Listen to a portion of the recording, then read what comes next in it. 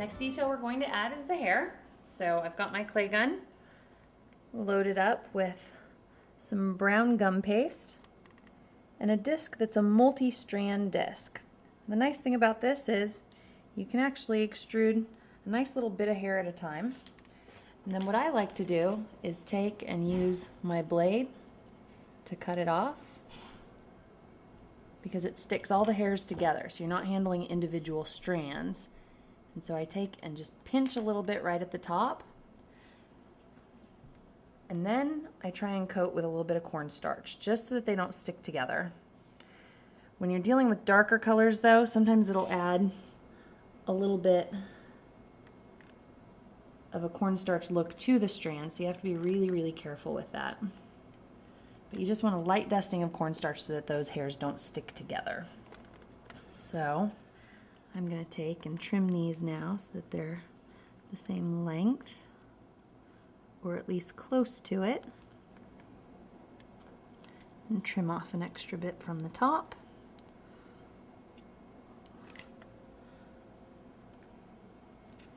And then you'll want to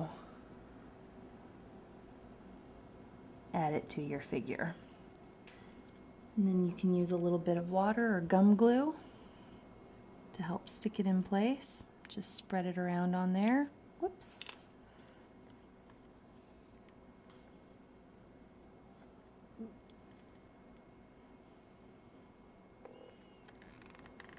There we go.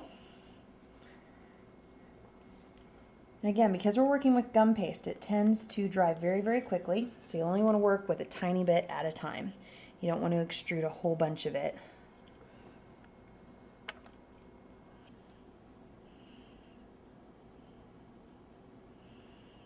Sometimes if they're a little tangled, just giving them a little shake helps to shake out any little tangles that are there.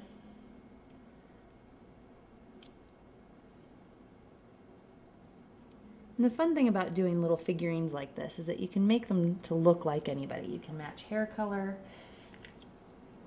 you can do hair length, you can make little curly strands with these. Let's see.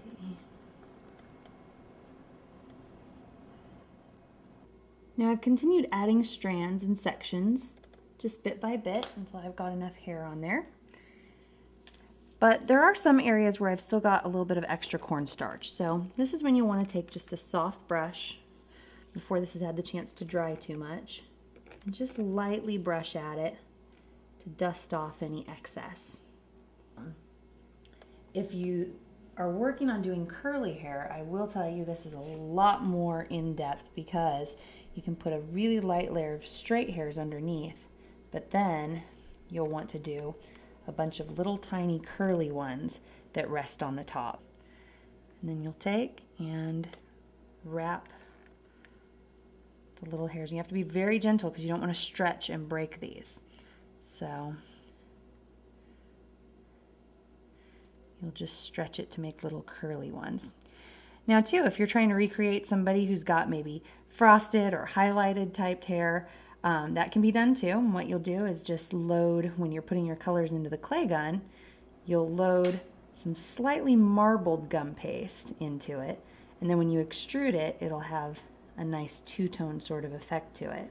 So now to get a little curly one, you'll just twist it like that. And then you want to let this sit for just a little while so that it's going to hold that curl when you attach it. Then you'll use a tiny bit of gum glue and you'll transfer this up onto where it's going to rest in order to have little curls on top. So obviously you can do the whole head of these, but then you may end up with gaps, so it's best to do a very light layer of straight ones underneath and then have the curls resting on top to represent the curly hair.